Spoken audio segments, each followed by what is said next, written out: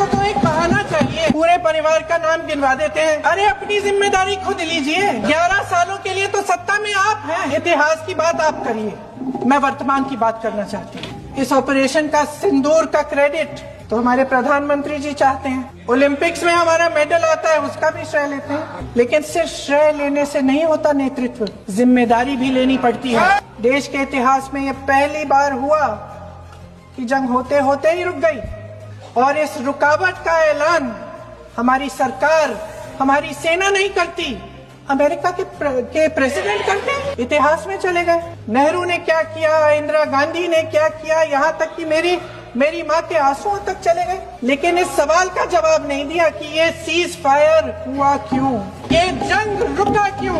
गृह मंत्री महोदय ने यूपीए सरकार के समय के आतंकवादी हमले गिने तो लगभग 25 गिनवाए थे अभी अपने भाषण में। इस गुट ने कश्मीर में 25 हमले 2020 और 2025 के अंदर 2008 के मुंबई के हमलों का जिक्र किया, बार बार कहा कि मनमोहन सिंह जी की सरकार ने कुछ नहीं किया।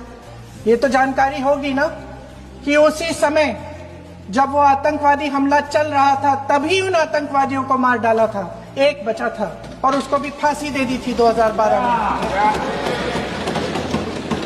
महाराष्ट्र के मुख्यमंत्री ने इस्तीफा दिया। देश के गृह मंत्री ने जिम्मेदारी लेकर इस्तीफा दिया। एक जवाबदेही थी पब्लिक के प्रति, एक जवाबदेही थी इस देश की जनता के प्रति, इस देश की धरती के प्रति। गृह मंत्री जी के कार्य क्षेत्र में आता है इंटेलिजेंस ब्यूरो। क्या गृह मंत्री जी ने इस्तीफा दिया? इस्तीफा छोड़िए, जिम्मेदारी ली। गृह मंत्री महोदय श्री अमित शाह जी के नाक के नीचे पूरा मणिपुर जल गया, दिल्ली में दंगे हुए, पहलगाम में हमला हुआ, और आज भी वे उसी पद पर बैठे हैं। क्यों? मेरी माँ की आंसू की बात किए, मैं इसका जवाब देना चाहती हूँ। मेरी माँ के आंसू तब गिरे जब उनके पति को आतंकवादियों ने शहीद किया, जब वे मात्र 44 साल की थी।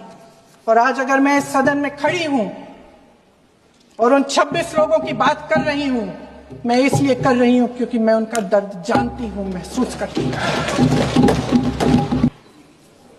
उस दिन पहलगाम में